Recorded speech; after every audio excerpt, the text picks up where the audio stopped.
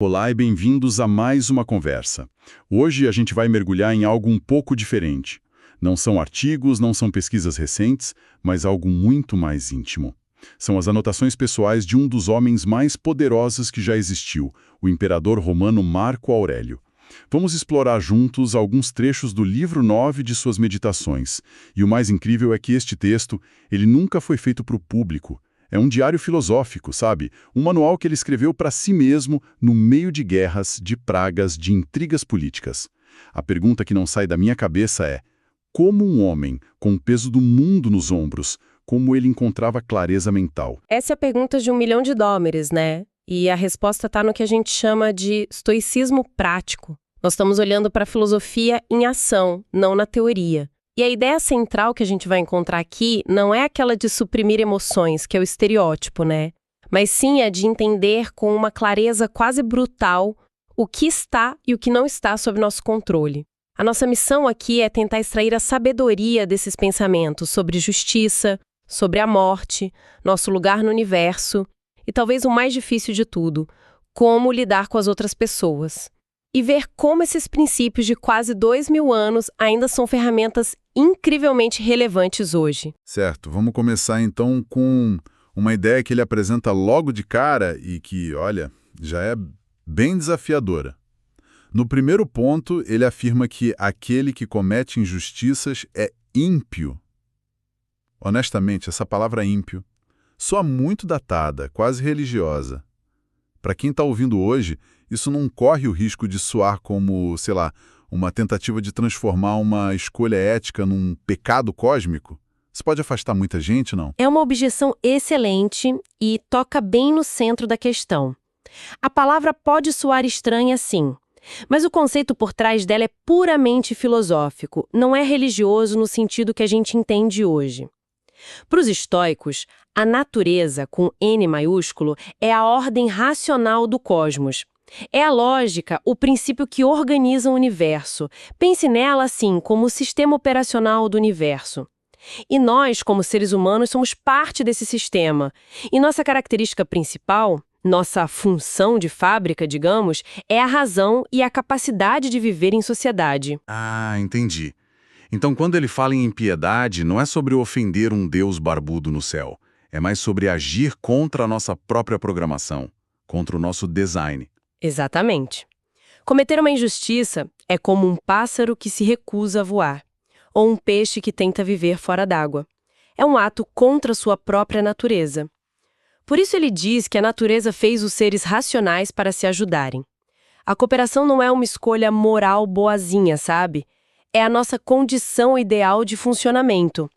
Isso leva a duas conclusões muito diretas e poderosas que ele tira disso. Primeiro, quem transgride a lei, fere a si mesmo. E segundo, tanto na omissão quanto na ação, pode-se constituir uma injustiça. O dano principal de uma má ação não é a vítima, por mais terrível que seja, mas ao próprio agente, que corrompe seu caráter, sua própria alma. É uma inversão completa. A preocupação não é com a punição que vem de fora, mas com a degradação interna. É uma forma radical de autorresponsabilidade.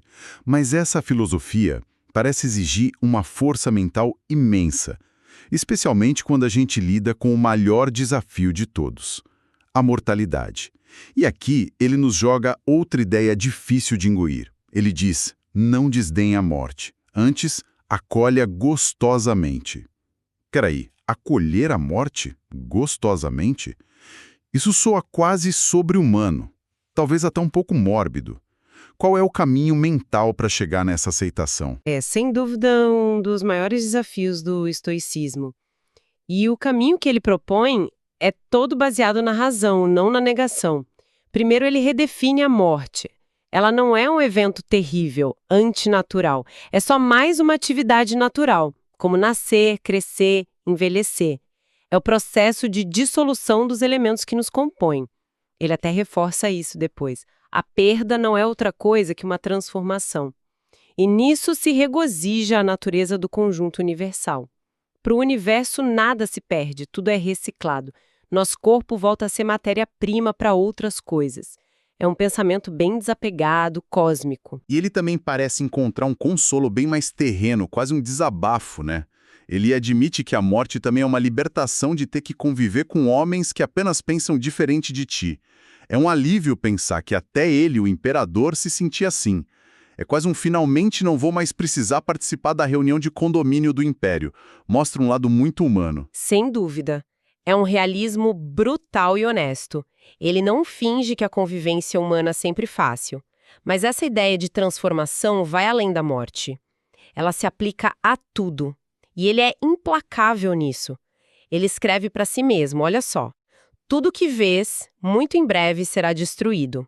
E os que presenciaram a destruição dessas coisas, dentro de muito pouco, serão também destruídos. Isso não é para ser pessimista, é para ser realista. A serenidade estoica não vem de ignorar a realidade, mas de abraçá-la por completo. A impermanência não é uma falha no sistema, ela é o sistema. Mas essa ideia de que tudo será destruído, de que somos todos tão passageiros, isso não é um convite ao desespero ou ao niilismo? Se nada dura, por que se importar com qualquer coisa? Onde a gente encontra um chão firme no meio desse fluxo todo de perdas e transformações? Aí está o pilar de toda a filosofia dele. O chão firme não está do lado de fora, no mundo material, que é efêmero, ele está do lado de dentro. É aqui que ele apresenta o conceito da cidadela interior. E a frase que resume isso, no ponto 13, é uma das mais poderosas do livro todo. Ele diz: hoje me livrei de toda circunstância difícil. Melhor dizendo, joguei fora de mim todo o problema. Porque este não estava fora de mim, a não ser dentro, em meus pensamentos. Vamos tentar traduzir isso para um cenário comum hoje. Digamos que alguém recebe uma crítica dura do chefe no trabalho. O evento externo é só um conjunto de palavras. O sofrimento vem do nosso pensamento, da nossa interpretação. Ele acha que sou incompetente, minha carreira está em risco. Que humilhação. Marco Aurélio está dizendo que temos o poder de simplesmente não criar essa história na nossa cabeça.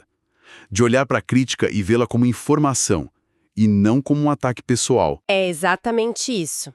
Ele detalha a mecânica mais para frente. As coisas externas permanecem estáticas fora de nós, sem saber e sem julgar nada a respeito de si mesma. Quem então as conhece? A razão. O evento em si é neutro. O bem e o mal, ele diz, residem na nossa resposta, na atividade do ser racional. A grande sacada aqui, que é quase uma subversão do senso comum, é que o sofrimento emocional é em grande parte uma escolha. Não uma escolha fácil, claro, exige treino, mas ainda assim uma escolha. Ele está nos dando uma ferramenta radical. Se um problema existe apenas nos nossos pensamentos, então temos o poder de dissolvê-lo. Não precisamos de permissão de ninguém, nem de mudar o mundo para encontrar paz. A chave está em mudar o mapa que usamos para navegar o mundo, não o território em si. Essa ideia de mudar o mapa, não o território, é muito poderosa. É a base de muita terapia cognitiva hoje em dia. Mas isso não corre o risco de nos levar à passividade? Se alguém nos trata mal de forma consistente, ou se a gente enfrenta uma injustiça real no mundo, a resposta é só mudar o pensamento interno? Não deveríamos também agir externamente para mudar a situação? Excelente ponto, e é uma incompreensão muito comum do estoicismo. A resposta dele não é o isolamento ou a passividade. Pelo contrário, lembre-se, ele passou boa parte do reinado em campanhas militares, agindo no mundo. A cidadela interior não é um lugar para se esconder do mundo, é a base de operações de onde se age com clareza e propósito. Ele nos lembra que somos seres fundamentalmente sociais, com uma imagem linda que diz assim: é mais fácil encontrar um punhado de terra isolado da terra do que um homem isolado do homem. Somos parte de um todo. Certo, então a fortaleza interna serve para nos dar estabilidade para agir no mundo social. Mas como isso se traduz na prática, ao lidar com as falhas dos outros? Ele tem uma orientação que parece um exercício de empatia radical. Penetre suas pobres almas, entra nelas e observa que classe de gente são. Verás que não deves te angustiar pelo que eles pensam de ti. É um conselho bonito, mas é realista?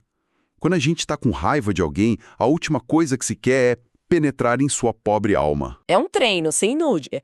Mas a lógica por trás disso é pragmática, não é sentimental. Ele não está pedindo para a gente gostar da pessoa ou aprovar as ações dela. Ele está pedindo para a gente entender a causa. Pessoas agem mal por ignorância, por não saberem o que é o bem e o mal, e ele vai além, com uma ideia que pode mudar a forma como vemos as interações humanas.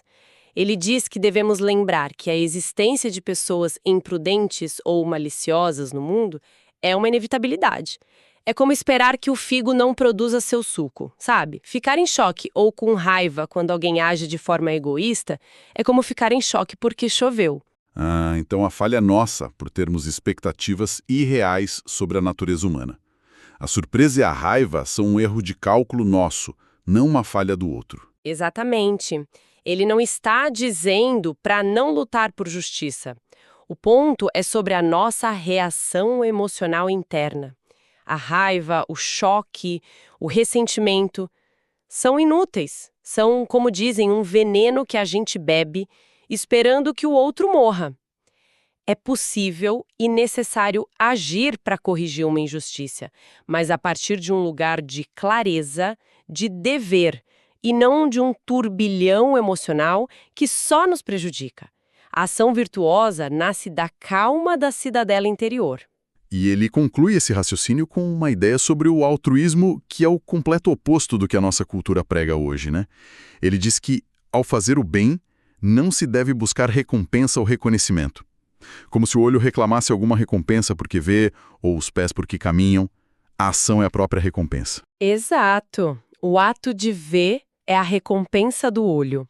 O ato de caminhar é a recompensa dos pés. O ato de ser justo, cooperativo e benevolente é a recompensa do ser humano. Fazer o bem não é uma transação onde se espera algo em troca. É a expressão máxima da nossa função no cosmos. É a mais pura realização do nosso propósito. E isso por si só já é a maior satisfação que existe. Não há necessidade de aplausos externos quando a própria ação já é harmonia. Então, se a gente fosse resumir o que tudo isso significa, parece que a mensagem central é que a verdadeira liberdade, a tranquilidade, não vem de tentar controlar o mundo externo ou as outras pessoas, o que é uma batalha perdida, mas de dominar o nosso mundo interno, nossos julgamentos, nossas interpretações, nossas reações. Significa aceitar a impermanência como a lei do universo, agir com justiça porque é a nossa função natural, e tratar os outros com a compreensão de que somos todos parte do mesmo organismo, todos falhos, mas fundamentalmente conectados. É uma síntese perfeita. E para deixar uma reflexão final, tem uma passagem de um realismo político e pessoal impressionante. Marco Aurélio, o homem com o poder para redesenhar o mundo, escreve para si mesmo: "Não tenhas esperança na República de Platão. Antes, contenta-te com qualquer progresso, o mínimo que seja, e pensa que este resultado não é uma insignificância." Ele está dizendo a si mesmo para abandonar os sonhos de utopias perfeitas, de sociedades ideais. A provocação que fica, então, é esta: se o grande projeto de um mundo perfeito é uma ilusão, e o único progresso que a gente pode garantir de verdade é o que fazemos dentro de nós, qual é o mínimo progresso que cada um pode buscar na sua própria vida a partir de hoje? Uma pergunta poderosa para encerrar a nossa análise. Olha, para quem sentiu que esta exploração trouxe algum valor,